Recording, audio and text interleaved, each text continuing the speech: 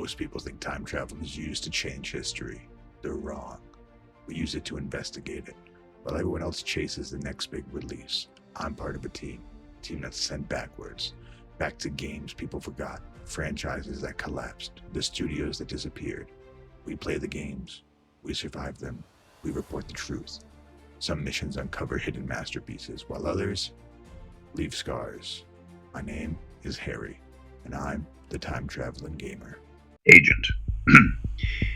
Your next mission is ready. Set your time machine for the year 2001. Max Payne and Max Payne 2, but after that, the timeline suddenly ends. Our record shows something doesn't add up. Max Payne was, and for many still, a loved game. So what happened? 2 games, 3 years, then gone, lost to time. We don't know why. Go back, play both games, and find out what happened. But hurry, this one is time sensitive.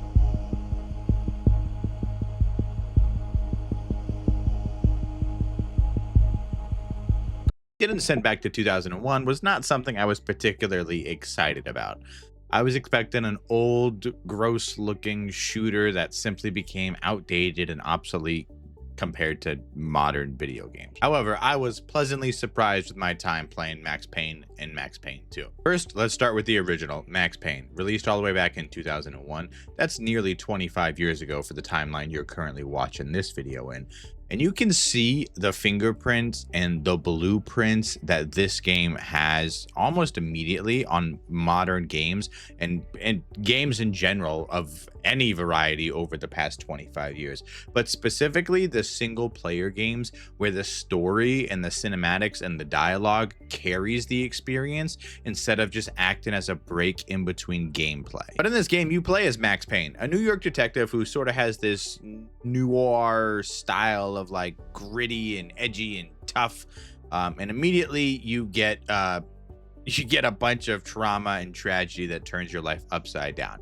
I'm gonna skim over the story here for a couple of reasons, but the biggest reason is that my job is to travel back in time and to report on whether or not these games are still worth playing today. Not spoil one of the greatest strengths of this game, which is the story. Just know that Max Payne is one of those rare games where the story and the gameplay constantly lift each other up, and they work incredibly well together. They're two sides of the same coin, not two coins in the same jar. Now, obviously, a game that was released in 2001 isn't going to look like games from your modern era. They're going to look like games of, well, 25 years ago. And if you go into this game with that being your mindset, I do believe it quickly becomes irrelevant, but even more, it adds to the feeling of the game. Now, obviously, a game that came out in 2001 isn't going to look like games from your modern timeline. However, if you go into this game with that as your mindset, understanding that it's not a modern game, so there has to be limitations to what was considered, good back in those times, then I think this game becomes all the more enjoyable. I think once you start to let up on the fact that games have to look a certain way, I really think that opens your mind to how enjoyable some, but particularly older video games can be.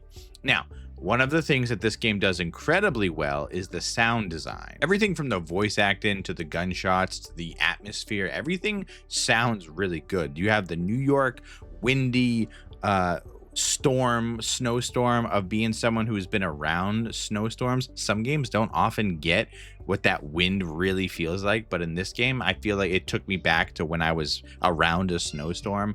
The gunshots feel loud and powerful with effect every time you pull the trigger. The voice acting, as previously mentioned, is really, it's very phenomenal. I think it's very good. They buy into the characters of these over the top noir style, like beat cop, like, hey, give me your gun and badge type of thing. And so I think that was really cool to be a part of as well. But I think the biggest surprise to me about this game, and if you have never played it, this will probably be the biggest surprise to you. Again, I won't spoil too many things, but going into this for my reports, I was expecting an action game with just cheesy dialogue. This is an action game with cheesy dialogue. However, it is also a psychological horror game, which is something I was not expecting. There are literal sequences in this game where you are playing through a nightmare, and they're genuinely unsettling. There's screaming, crying babies, disoriented audio, gunshots, animal noises, everything that really creeps it out. And if you play this game at night or in space where it's dark, like I was, then it really does become amplifies that side of the game. I was completely unexpecting this, and it blew me away when it first happened. It doesn't mean the game is perfect. The game has lots of things that are not good with it, and I had a little bit of a hard time sticking through it with some of them, as we'll talk about here in a moment. But the game, again, is over 25 years old for you right now, and so I think it's something that you have to be, again, accepting when going into it. It's not going to run smooth. It's not going to be perfect. And speaking of not going to be perfect, while filing my report for this and filling out all the paperwork, I rewatched all the footage I recorded while playing the game.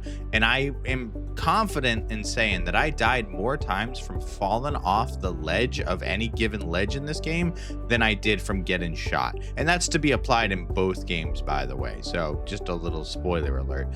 Some of the platforming sections in this game are really frustrating, specifically before you start each new section of the game. You have to do this like blacked out room platform thing that has this horror level of noise going on during the game. There's like a crying baby over it and everything, and it's one of those things that it was so repetitive how many times I fell during this section each time that I actually ended up muting my headphones for it until I could beat it, simply because the noise was really starting to bother me, that I was worried what state of mind I would have been in had I kept the noise on until I finished it. But that's more of a product of its time than it is something that just wasn't done properly. One thing I will say about the story, like I said, I'm not going to spoil anything or talk too much into it, but one thing about it is that you can actually get confused quite easily in this and not understand what's going on if you're not following along with this. The reference I kept thinking of while playing both of these games is that Max Payne is an audiobook with interactions. It's like an interactive audiobook, because that's how much detail and how much goes into the dialogue and the story itself, that if you aren't paying attention, you can very easily lose what I would say is 50% of this game, which is the intrigue you have for the story. Another thing I wasn't expecting was just how many environmental puzzles there were. Knocking over objectives, finding switches, finding out how to open up a new path. It really was surprising to me.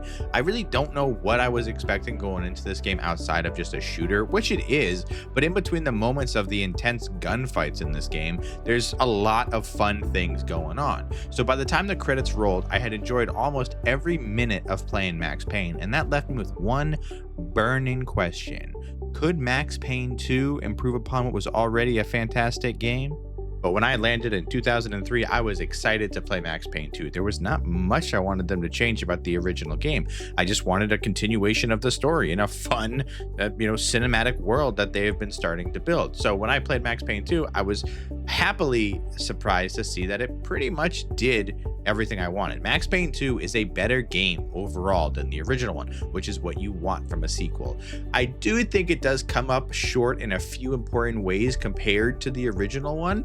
And the biggest one for me while playing was the gunplay. Let's make sure I can say that properly for the people in the back. Not gameplay, the gunplay. Because in the first game, weapons felt heavy. Every gunshot had impact.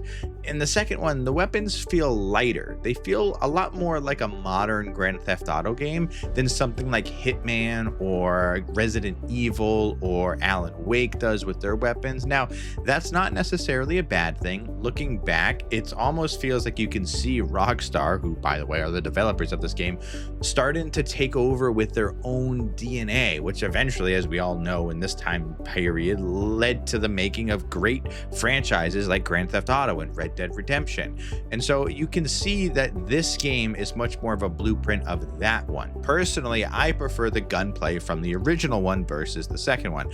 And that's sort of a good time to mention that that's because the involvement of Remedy Entertainment, which would go on to make the games of Control and Alan Wake and things like that, you can see their DNA a lot more in the first one, whereas in this one, you can see the DNA a lot more of Rockstar. So I think that's something that you do notice, especially when you play both of them back to back. You'll notice the difference between the two games, but that doesn't mean either one of them is bad. It all comes down to personal preference. And just like the original one, the movement is not exactly where you want it to be. It is something that is pretty hard to get the hang of, but once you do, you really kind of find your footing, pun intended, and you really get an understanding of how the game works. Especially early on in the game, I fell quite a bit and died. It was getting me kind of worried of how the first one went for me, but I was able to sort of learn how the game wanted me to play, and then was able to progress further in that. Another thing this game does really well, similar to the DNA of what would become Grand Theft Auto,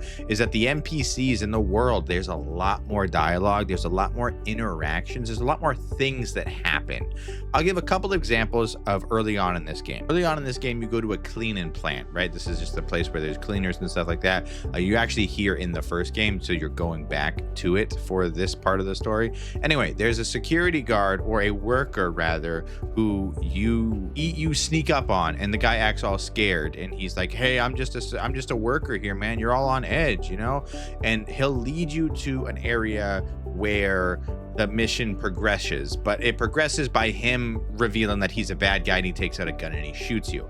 For some reason, when I played this part of the game, it restarted for me. I had to play this part over again, and knowing that this guy became a bad guy, I shot him this time before we even did anything for the story to progress, and the dialogue changed. The dialogue went from like, the bad guy's disguise didn't fool me. Like, that's incredible to see. If that doesn't scream Grand Theft Auto, I don't know what does.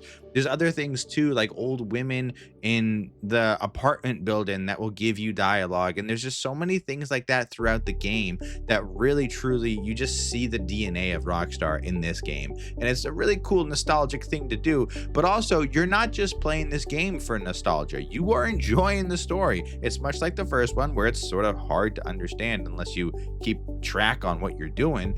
But it's an enjoyable game. I really, really had a fun time, not only playing the original one, but playing the second one. And my time has come to an end. It's time to get back to my ship to file my report. Commander, come back. I've finished my mission. After spending time in both 2001 and 2003, I've finished my report on Max Payne. Not only was the original Max Payne a good game for its time, it still holds up today. The original Max Payne introduced a style of storytelling and gunplay that still feels satisfying many years after its original release. And somehow, Max Payne 2 managed to improve on what made the first game so memorable while still feeling like a true sequel. Not only is this game fun in 2001 and in 2003, but it's fun for any year after that. It is still an enjoyable game and would recommend it to anyone in the timeline. That's my report. Harry, out. Excellent work, Harry. Another successful investigation. Your report will be archived immediately. What? Commander, you gotta look at this. Impossible! How could we have missed this? We had a bad report. There was another game, a third Max Payne, released in 2012. Harry, you're going back immediately. Travel to 2012. Investigate Max Payne 3. Return with a complete report. We're running out of time.